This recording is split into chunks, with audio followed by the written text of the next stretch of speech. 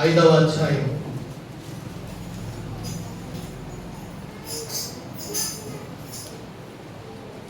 మొదటి నుండి 14 వచనాలు చదువుకుందాం. మరియు లోపటను వెలుపటను వ్రాత కలిగి 7 ముద్రలు గట్టిగా వేసి ఉన్న యొక్క గ్రంథము సింహాసనమునందు ఆసీనుడయుండు వాని కుడి చేత చూచితిని.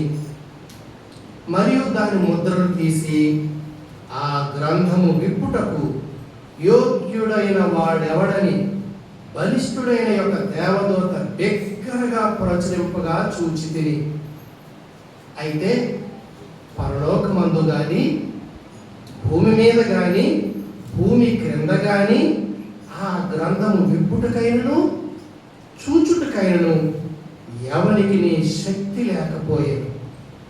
ఆ గ్రంథము విప్పుటకైనను చూచుటకైనను యోగ్యుడు ఎవడను కనబడనందున నేను బహుగా ఏడ్చుచుండగా ఆ పెద్దలలో ఒకడు, ఏడవకుము, ఇదిగో దావీదుకు చిగురైన యోధా గోత్రపు సింహము 7 ముద్రలను తీసి ఆ గ్రంథమును విప్పుటకై జయము పొందిన నాతో చెప్పాను.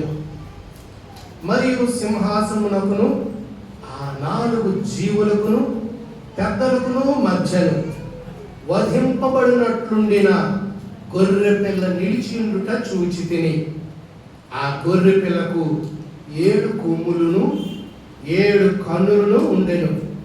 ఆ కన్నులు భూమి అందంతటా పంపబడిన దేవుని 7 ఆత్మలు. ఆయన వచ్చి సింహాసనమునందు ఆసీనుడయుండు వాని కుడి చేతిలో నుండి ఆ గ్రంథమును తీసుకొనెను.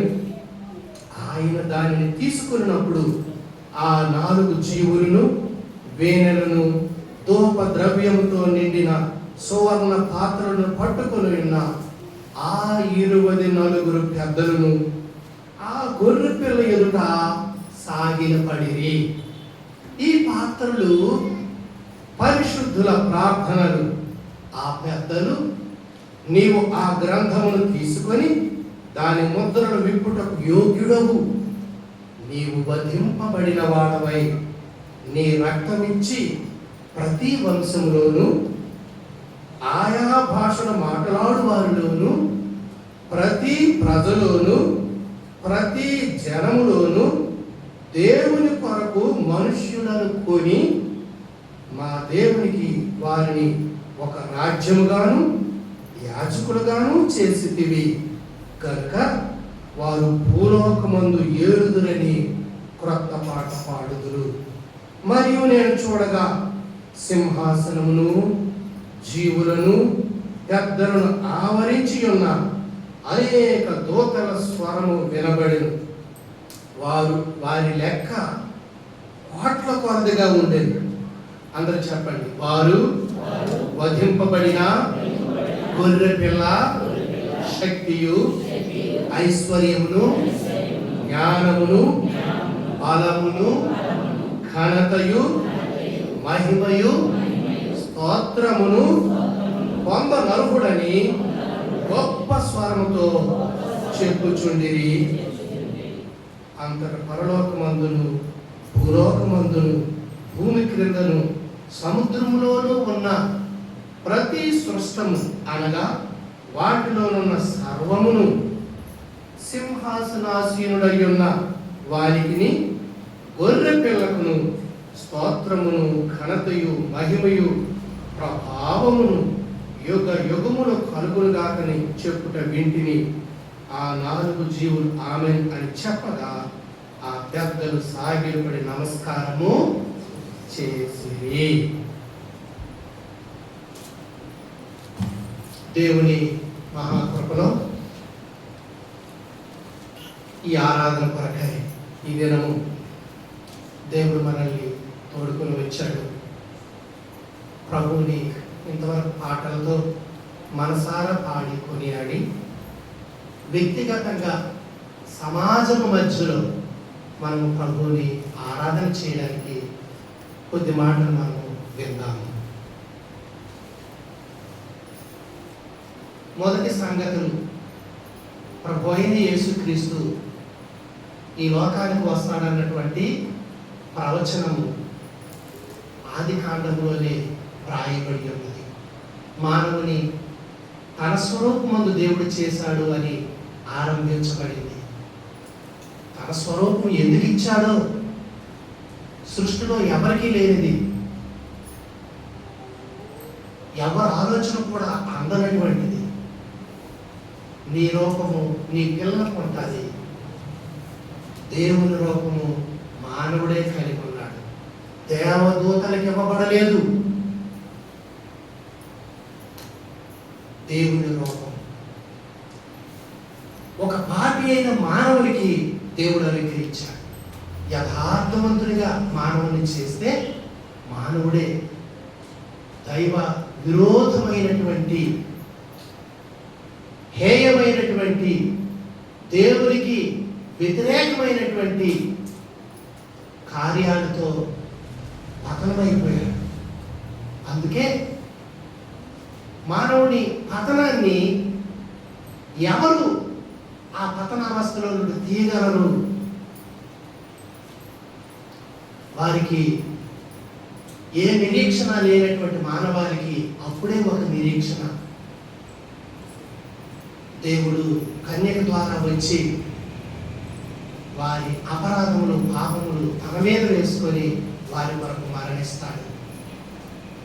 ప్రవక్తల మాటలు వేలాది సంవత్సరాలుగా ఎదురు చూస్తున్నటువంటి పరిస్థితిలో మానవునికి ఎందుకు తన రూపం ఇచ్చాడో సర్వలోకానికి అర్థమైంది. ఎందుకంటే ఆ మానవ రూపం దాల్చే దేవుడు ఈ భూమి మీదకి రావడం జరిగింది.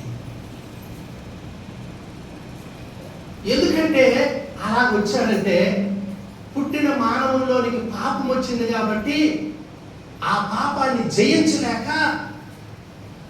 పాపములకు వచ్చు జీతము మరణానికి మానవుడు వెళ్ళిపోతా ఉంటే మానవ లోకమంతా దుఃఖముతో నిండిపోయింది. పాపాన్ని ఒకవైపు గెలవలేడు, పాపానికి వచ్చేటటువంటి జీతము మరణము వెళ్ళిపోతాడు. మానవునికి ఆనందం లేదు. ఎందుకంటే ఆదాము పాపం చేసినందున ఆయన సంతానానికి అందరికీ పాపం సంక్రమించింది. అంటువ్యాధిలాగా అందరికి అంటుకోయింది పాపం. పాపం లేదని చెప్పగలిగిన వాడు చరిత్రలో ఒక్కడు కూడా లేదు.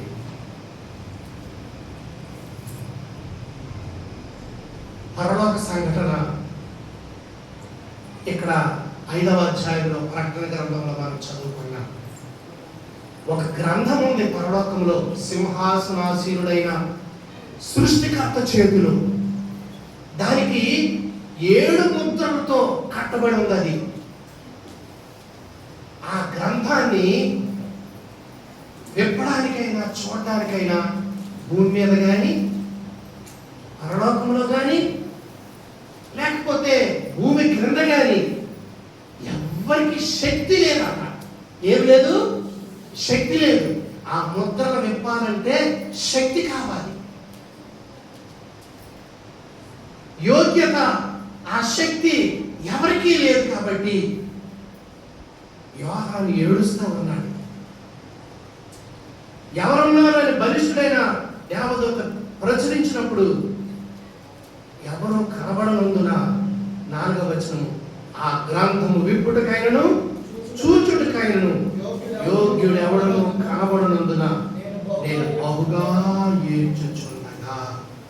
ఎందుకంటే ఎవరు కూడా ఆ గ్రంథాన్ని విప్పే శక్తి ఎవరికి లేదా. భూమి మీద ఒక ఏడుపు, ఇక్కడ పరలోకానికి వస్తే ఇంకొక ఏడుపు. భూమి మీద పతనమైపోయిన మానవుడు పాపము చెయ్యకుండా ఉండలేని పరిస్థితి.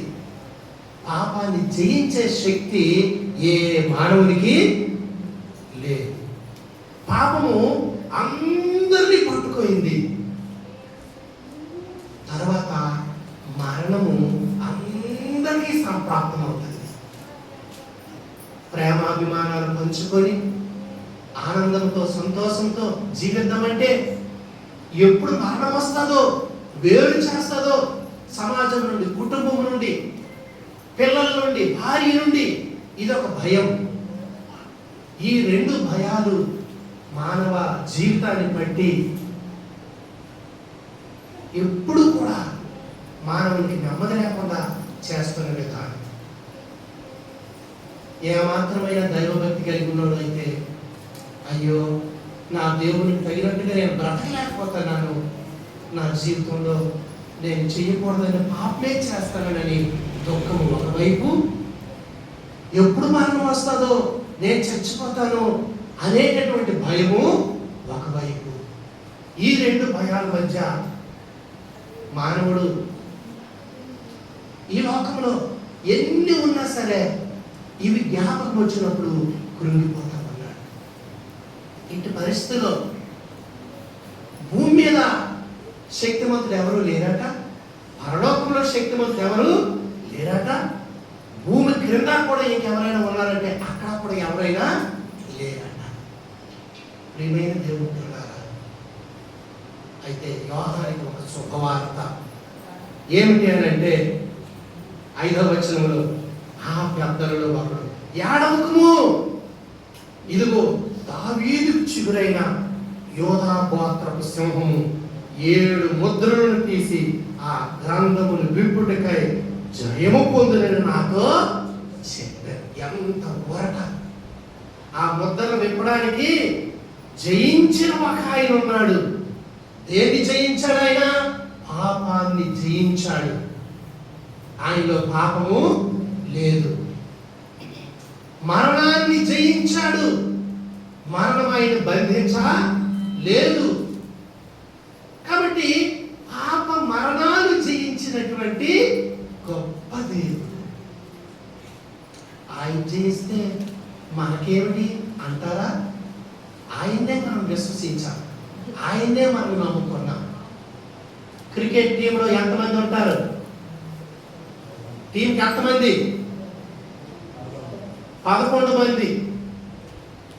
11 మంది అయితే మొదలు వచ్చాడు బ్యాటింగ్కి, మొదటి బాల్కి అవుట్ అయిపోయాడు, వెళ్ళి కూర్చున్నాడు. ఇంకొకడు వచ్చాడు, 2 బంతులు ఎదుర్కొన్నాడు, వాడు అవుట్ అయిపోయాడు, వాడు కూర్చున్నాడు. ఇలాగ వచ్చినట్టుగా అయిపోతా ఉన్నాడు. కానీ ఆ టీంలో ఒక్కడు ఏం చేశాడంటే వచ్చిన వారు వచ్చినట్లుగా పంపించేస్తాడు. ఎక్కడికి? 4లు 6లే అయింది. ఈయన బ్యాటింగ్ చేస్తే మరి 4లు గట్రా ఉండవు, అన్ని 6లే ఉంటాయి. ఎవరు బ్యాటింగ్ చేశారు? ఏసయ్య బ్యాటింగ్ చేస్తే మనం వచ్చిన ఒక బాల్కి 2 బాల్కి ఫాస్ట్ గారు కదా, ఒక బాల్ ఇలా అడ్డుకున్నాడు, 2వ బాల్ అవుట్ అయిపోయాడు. ఒక బాల్ అడ్డుకోవాలంటే ఫాస్ట్ గారు కదా, అది ఈ రీతి వచ్చినట్టుగా అయిపోతుంటే ఆయన వచ్చాడు. వచ్చిన బాల్ ప్రతి బాల్ 6ఏనంట, ప్రతి బాల్ 6ఏనంట. బౌలింగ్లో ఎన్ని ఉన్నాయో నాకు తెలియదు, అంటే విన్నాను కొన్ని యాక్రేయాలట, ఇంకా బౌన్స్రా వెయ్యాలట, గుగ్లీ ఆట, ఇంకేమేమో ఉన్నాయి. కొన్ని బంతులు కొందరు ఆడతారు, కొన్ని బంతులు కొందరు ఆడలేరు. వీరికి ఏ బంతు వచ్చినా 6కి వెళ్ళిపోతుందట. అప్పుడు టీంని గెలిపించాడు ఆయన. గెలిపించినప్పుడు ఏమైంది? మొదటి బాల్ అవుట్ అయిపోయినా మేమే గెలిచామంట. ఎవరు? మొదటి బాల్ అవుట్ అయిపోయి కూర్చుని మనం ఏమంటాం? మేమే గెలిచాం. మనల్ని గెలిపించాడు ప్రభువు. ఎందుకంటే టీంలో నీవున్నావు, ప్రభు అయిన యేసుక్రీస్తునందు నీవు విశ్వాసం ఉంచా. ప్రియమైన దేవుని పిల్లలారా, చదవండి హెబ్రీయులకు రాసిన పత్రిక 2వ అధ్యాయము 2వ వచనము.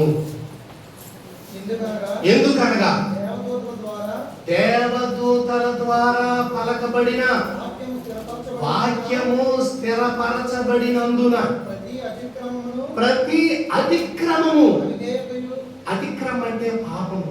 ప్రతి అతిక్రమము, ప్రతి అవిధేయత న్యాయమైన ప్రతిఫలము పొంది ఉండగా.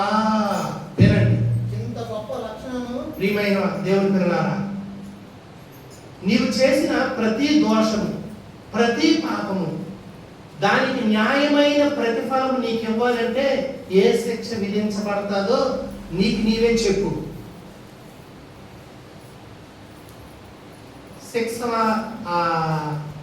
శిక్షలు ఏవైతే ఉన్నాయో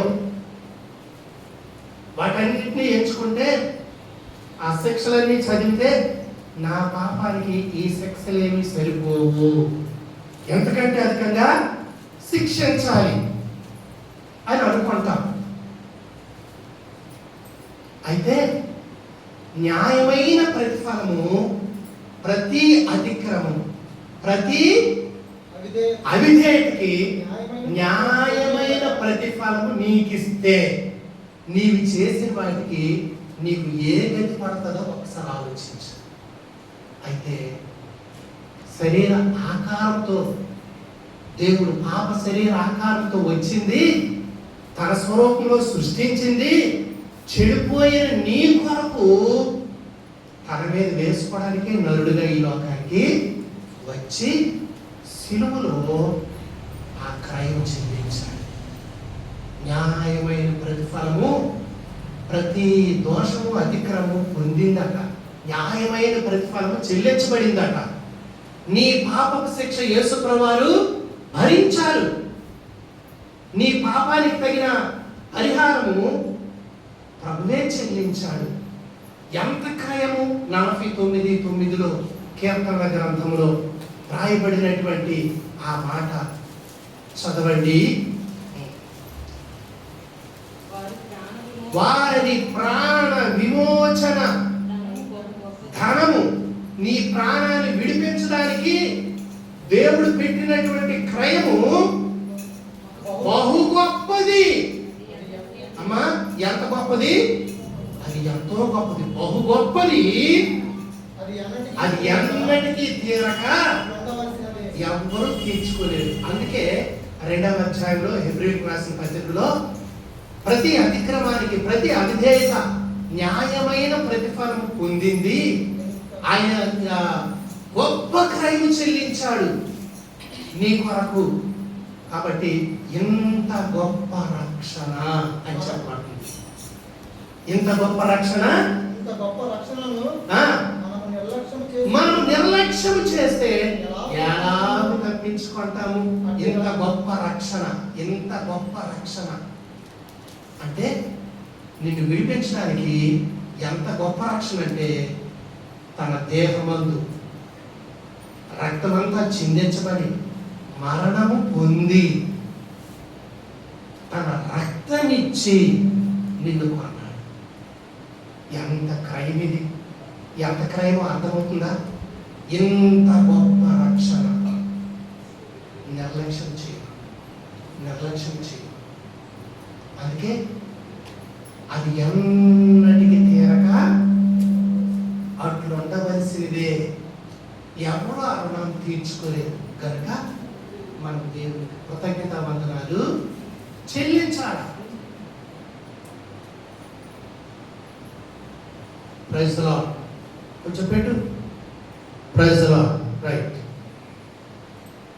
ప్రియమైన దేవుని పిల్లలారా,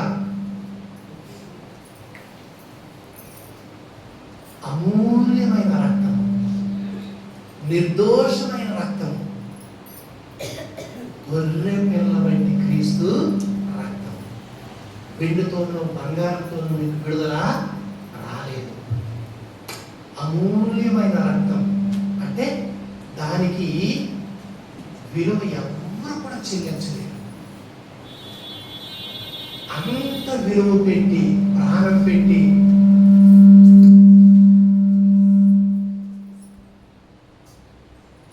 ప్రైజ్ ది లార్డ్. అలాగే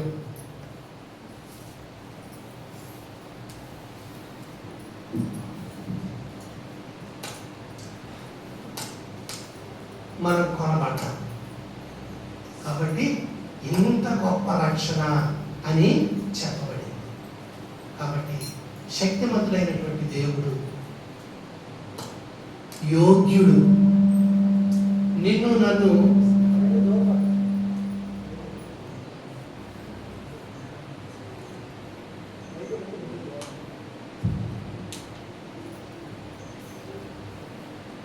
నన్ను మరణ భయము నుండి, పాప భయము నుండి, ఏలుబడి చేస్తున్న పాపము నుండి ఆయన విడిపించడానికి ఆయనే శక్తివంతుడు. ఆయన వచ్చాడు. ఎవరు? ఆయన ప్రభువైన యేసుక్రీస్తు. ఆయన కొరకు వ్రాయబడి ఉన్నది. చూడండి 6వ వచనములో, మరియు సింహాసనమునకును ఆ 4 జీవులకును పెద్దలకును మధ్యను వధింపబడినట్లుండిన గొర్రె పిల్ల నిలిచి ఉండుట చూచి తిని. వధించబడిన గొర్రె పిల్ల, వధించబడిన గొర్రె పిల్ల నిలిచి ఉండుట చూచాడు. కాబట్టి మరణాన్ని గెలిచినటువంటి క్రీస్తు, మృత్యుంజయుడైనటువంటి క్రీస్తు. ఆయన బిగ్గరగా కేక వేశాడు సిలువలో. ఏమని? అది వాటమి కేక కాదు, బిగ్గరగా కేక వేసి తన ప్రాణం పెట్టినప్పుడు అది విజయ కేక. ఓ మరణమా, నీ ముళ్ళు ఎక్కడ? ఓ మరణమా, నీ విజయము ఎక్కడ? మరణానికి వాటమి యేసు ప్రభువారి జీవితంలో. అందరూ మరణానికి దాసులుగా ఉంటే యేసు ప్రభువారు వచ్చి జయము పొందాడు, విజయుడై ఉన్నాడు. ఆయన బట్టి ఇప్పుడు ఆ పాపాన్ని, మరణాన్ని జయించడానికి మనం శక్తివంతము అయ్యాం. ఆయన విశ్వాసాన్ని. రోమాపత్రిక 8వ అధ్యాయము 37వ వచనము.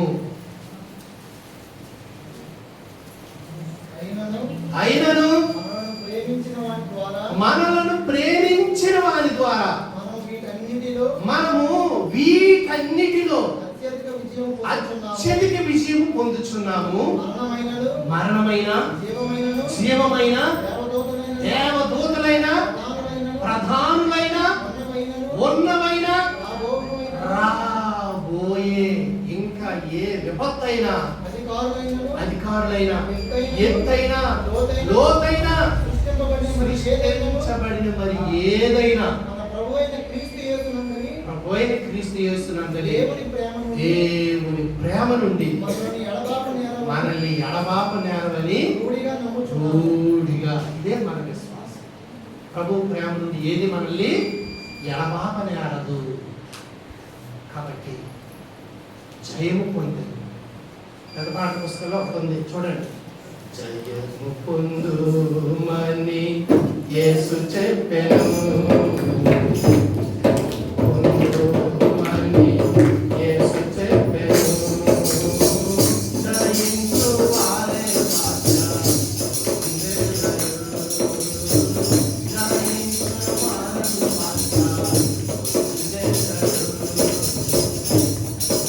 పొందుమని యేసు చెప్పెను,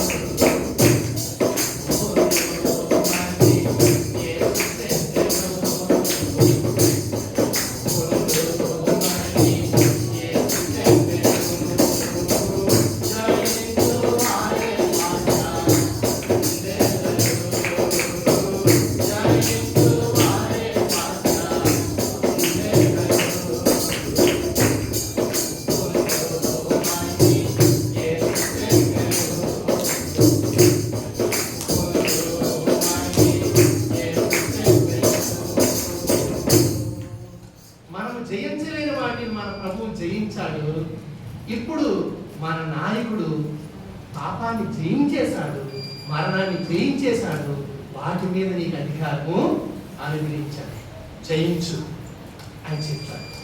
ఎంత గొప్ప ధన్యత! 100 సార్లు 1,00,000 సార్లు పడిపోయిన మనల్ని కరుణించి ఎంత గొప్ప రక్షణ! ప్రతి అతిక్రమానికి, ప్రతి అవిధేయతకి న్యాయమైన తీర్పు నీ మీద వేయాలి, కానీ ఆయన తన మీద వేసుకొని నీ పాపానికి పరిహారం జరిగిపోయింది, మరణం నీ మీద ఏలుబడి చేయదు అని చెప్పిన దేవుడు ఇప్పుడు జయించు అంటున్నాడు. ఎంత గొప్ప భాగ్యము. అందుకే అక్కడ మరి మనము రెండవ మరణము వారికి ఏమీ చేయదు. ఎన్నో చరణం మొదటి చరణంలోనే రాసు, జయవంతులే దైవ పరదేశంలో ఉన్న జీవవృక్ష ఫలమును భుజింతులు రెండవ మరణాన్ని దాటిపోతారు. రెండవ మరణం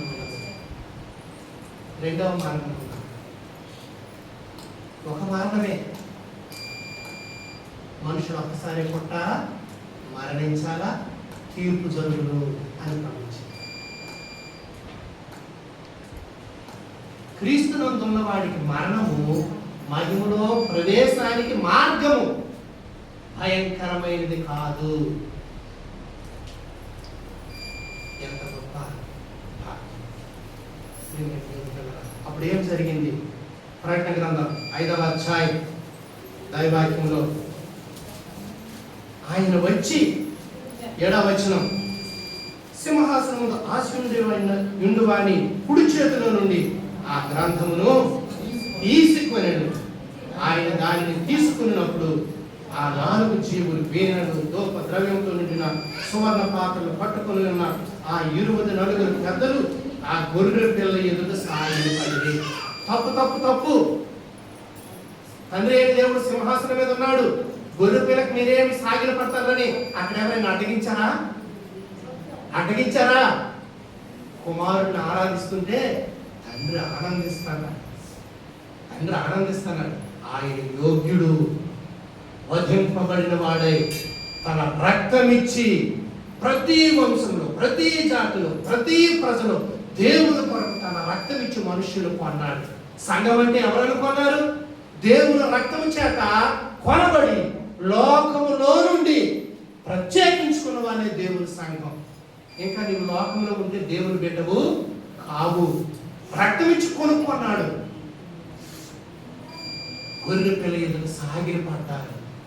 గొర్రె పిల్ల ఎవరు? ఆయన అని చెప్పవాలి. గొర్రె పిల్లకి ఆయన అంటే ఏంటి? ఆయనకి ఎవరు? లోక పాపములు మోసుకొని పోవు దేవుని గొర్రె పిల్ల అయిన క్రీస్తే. తండ్రి ఆటంకపరచలేదు. అందుకే వాళ్ళు ఏమని గానం చేస్తున్నారు?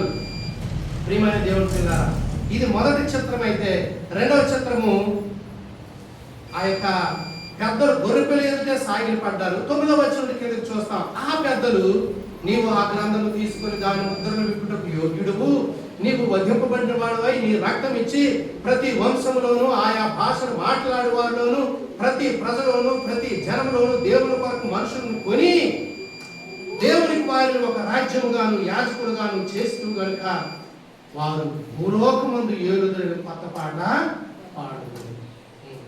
నేను చూడగా సింహాసనము, జీవులు, పెద్దలు ఆవరించి ఉన్న అనేక దూతల స్వరము వినబడిన వారి లెక్క కోట్ల కొలదిగా ఉండేది. వీరందరూ సంఘంలో భాగమే. సంఘంతో కలిసి వీరందరూ దేవుణ్ణి ఆరాధిస్తారు. అనగా ఇక్కడ విమోచించబడిన వారు పరలోక నిత్య మహిమలో తండ్రిని, కుమారుని ఆరాధిస్తారు. త్రియేక దేవుణ్ణి ఆరాధిస్తారు. పాట ఉంది, ఏమిటది? త్రిత్వమర్మము నెరిగిన మిత్రుండా ప్రాణము నిమ్ము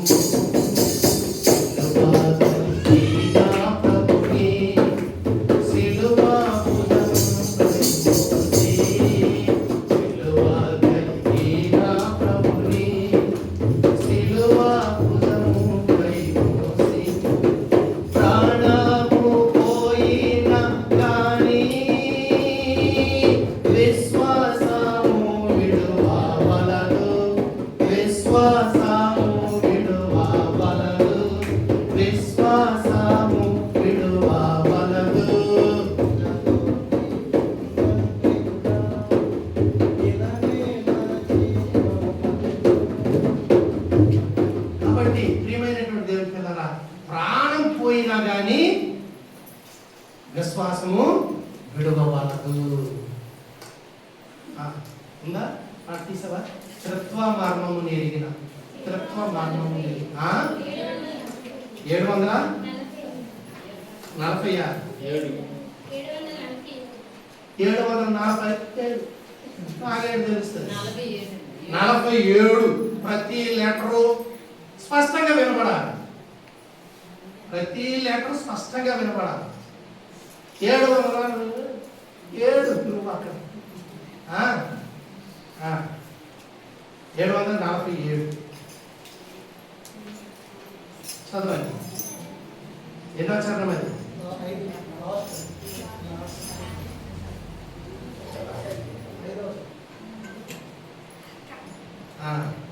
రైట్. ప్రాణంబు పోయినా గాని విశ్వాసము విడువవలదు. విశ్వాసము విడువవలదు. విశ్వాసము విడువవలదు. నీకు ద్వారానే తుదివి వారు పడవలెను. ప్రియుడా, నీకు ద్వారానే తుదివి వారు పడవలెను. స్వామర్థమునెరిగిన మిత్రుండా ప్రాణము నిమ్ము. విశ్వాసలిపిన ప్రభుని సిలువ పుటముపై మోసి. విశ్వాసలిపిన ప్రభుని సిలువ పుటముపై మోసి. కాబట్టి ప్రియమైన దేవుని పిల్లలారా, ప్రాణం పోయినా కానీ ఈ విశ్వాసాన్ని విడిచిపెట్టకూడదు. ప్రభువుని ఎరగనకూడదు. ఎందుకంటే పాపం మీద జయము తీసుకొచ్చాడు. నీ పాపమైన భరించాడు, నీకు విజయం ఇచ్చాడు. మరణము ఆయన పొందాడు, తిరిగి లేచాడు, మరణము దాటించాడు. ఈ విశ్వాసం విడిచిపెట్టకూడదు. భూమి పోని, బిల్డింగులు పోని, పదవులు పోని, ఉద్యోగాలు పోని, ఐశ్వర్యము పోని, ఆరోగ్యము పోని, విశ్వాసము పోనీయకు. పరలోకంలో దేని కొరకు ఆరాధన? బిల్డింగ్ ఇచ్చిన వందనాలు అక్కడే వదిలేశారు కదా, శిథిలం అయిపోయింది. అక్కడ అది లేదు. ఆస్తి ఇచ్చారు వందనాలు, అక్కడ అది లేదు. ఐశ్వర్యం ఇచ్చారు, అక్కడ అది లేదు. ఇంత గొప్ప రక్షణ నిర్లక్ష్యం చేస్తే ఎలా తప్పించబడతారు? గొప్ప రక్షణ దేవుడు నీకు అనుగ్రహించాడు. ఎంత గొప్ప రక్షణ!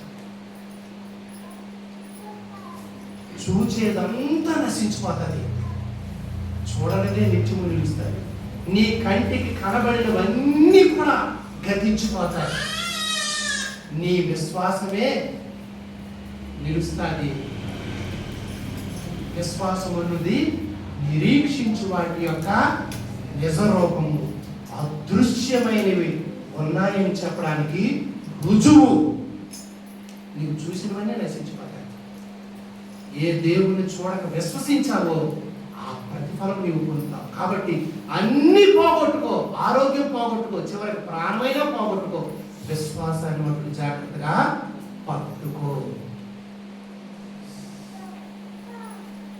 రేపు నిత్యత్వంలో కోట్ల కొలది దూతలు సింహాసనం మీద ఆసీనులై ఉన్న 24 పెద్దలు,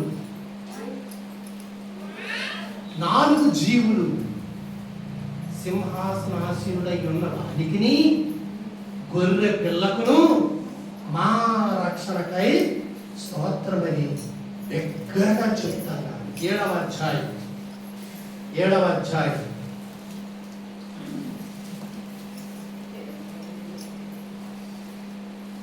10వ వచనం చదవండి. 9, 10. అటు తర్వాత నేను చూడగా ఇదిగో ప్రతి జన్మలో నుండి, ప్రతి వంశంలో నుండి, ప్రజల్లో నుండి, ఆయా భాషలు మాట్లాడువారి నుండి వచ్చి ఎవడనో లెక్కింపజాలని ఒక గొప్ప సమూహము కనబడును. వారు తెల్లని వస్త్రములు ధరించుకున్న వారై ఖర్జూరపు మట్టలు చేత పట్టుకుని సింహాసనం ఎదుటను గొర్రెపిల్ల ఎదుటను నిలువబడి సింహాసనాసీనుడై ఉన్న మా దేవునికి గొర్రెపిల్లకును మా రక్షణకై స్తోత్రమని మహాశబ్దంతో ఎలుగెత్తి చెప్పిరి. 5వ అధ్యాయం అక్కడ చూసినప్పుడు 11వ వచనంలో ఇదే మాట, మరియు నేను చూడగా సింహాసనమును జీవులు పెద్దలను ఆవరించిన అనేక దూతల స్వరము వినబడి వారి లెక్క కోట్ల కొలదిగా ఉండెను. వారు వధింపబడిన గొర్రె పిల్ల శక్తియు ఐశ్వర్యము జ్ఞానము బలము ఘనత మహిమ స్తోత్రము పొందనర్హుడని గొప్ప స్వరముతో చెప్పుచుండిరి. అంతటా పరలోకమందు భూలోకమందు భూమి క్రింద సముద్రములో ఉన్న ప్రతి సృష్టి అనగా వాటిలో ఉన్న సర్వమును సింహాసనాసనుడి ఉన్న వారికి గొర్రె పిల్లకును స్తోత్రము ఘనత మహిమ ప్రభావం యుగ యుగములు కలుగును గాకని చెప్పుట వింటిని. ఆ 4 జీవులు ఆమెను అని చెప్పగా ఆ పెద్దలు సాగిలపడిరి. ప్రియమైన దేవుడు పిల్లలారా, ఆ రీతిగా వారు ఆరాధిస్తా ఉన్నారు. కాబట్టి దేవుడు ఆ 7 ముద్రలు తండ్రి చేతిలో నుండి తీసుకొని విప్పాడు. నీవు విప్పుకోలేనటువంటి ఆ పాప కట్లలో నుండి విప్పాడు. నీవెప్పుడు తప్పించుకోలేని ఆ మరణ కట్లు తెంపాడు. జీవమును అక్షయతను వెలుగులోనికి తీసుకొచ్చాడు. కాబట్టి ఆయన మన ప్రాణప్రియుడు, ఆయన మన ఆరాధనలకు అర్హుడు, నీ విమోచకుడు, నీ రక్షకుడు. అన్నీ ఆయనకే. శక్తి, బలము, ప్రభావం, మహిమ, ఘనత భూమి మీద అన్నీ ఆయనకే ఆరోపించాలి. అంత శక్తివంతుడు కనుక మన రక్షకుడు ఎంత గొప్పవాడు. ప్రవచితమైతే మరికొన్ని విషయాలు వచ్చేవారు ఆరాధన చేయడానికి ఈ మాటలు మనము అన్వయించుకొని ఎంత గొప్ప దుఃఖము మరణంలో నుండి విడుదల, ఎంత ఆనందం కదా, ఎంత గొప్ప ఆ పాపపు కట్లు, వాటిని విడిపించుకోలేని పరిస్థితి. శక్తివంతుడు ఆయన జయం పొందాడు, వాటన్నిటి మీద నీకు జయించాడు. ఆయన మూలముగా వీటన్నిటిలో అత్యధిక విజయం మనకి దయచేశాడు. కాబట్టి మన విమోచకుడు, మన రక్షకుడు మన కొరకు జయం పొంది జయము మనకిచ్చిన, మనదిగా చేసిన ఆ ప్రభువుల ప్రభు, రాజు రాజు, వాది దేవుడు. అందుకే తండ్రి, కుమార, పరిశుద్ధాత్ముడు పరలోకంలో మరి బైబిల్లో కనబడిన ప్రతి సందర్భంలో వాళ్ళు ఒకే మాట చెప్పారు, పరిశుద్ధుడు పరిశుద్ధుడు పరిశుద్ధుడు. 3 సార్లు చెప్తున్నారు.